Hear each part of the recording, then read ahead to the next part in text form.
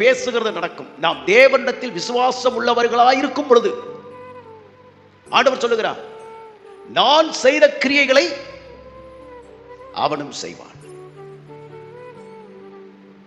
இன்னொரு வார்த்தையும் சேர்த்து சொல்றாரு, அதை விட மேலான கிரியைகளை செய்வான். வேதத்துல ஆண்டவர் மரித்தவர்களை உயிரோடு எழுப்பின சம்பவம் 3 அல்லது 4 விஷயங்களை நம்ம வாசிக்கலாம். அப்போஸ்தலர்கள் சிலரை உயிரோடு எழுப்பினதா 1-2 பேரை நம்ம வாசிக்கலாம். அதுக்கு பின்னால வேதத்துல எந்த விதமான காரியங்களும் எழுதப்படலை. ஆனா 27 பேரை ஸ்மித் விக்கல்ஸ் வர்த்தன்னு சொல்லுகிற தேவ மனுஷன் 27 பேரை செத்து போனவங்களை உயிரோடு எழுப்பி இருக்கிறார். ஆண்டவர் சொல்றார், என்னை விசுவாசிக்கிறவன் நான் செய்த கிரியைகளை செய்வான், அதை பார்க்கிலும் மேலான கிரியைகளையும் செய்வான். யாருமே நம்மளை விட அதிகமாக செய்யக்கூடாது அப்படின்னு நினைக்கிற உலகம் இது. ஆனால் நம்ம அப்பா அப்படி இல்லை.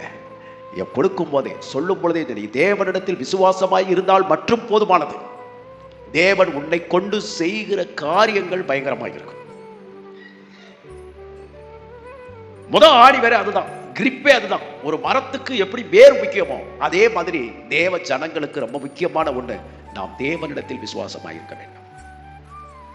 தேவனிடத்தில் விசுவாசமா இருக்கிறதுனா என்ன? தேவனிடத்தில் விசுவாசமா இருக்கிறதுனா தேவனிடத்தில் மட்டும் விசுவாசமா இருக்க வேண்டும். சூழ்நிலைகளும் மனிதர்களுடைய வார்த்தைகளும் மற்ற காரியங்களும் நம்ம காதுல வரும் பொழுது அதையெல்லாம் தூக்கி எறிய வேண்டும். நாம் தேவனிடத்தில் விசுவாசமா இருக்கிறோம் என்றால் சகல விதத்திலும் தேவனை நம்பிக்கொண்டு இருக்கிற அந்த நம்பிக்கை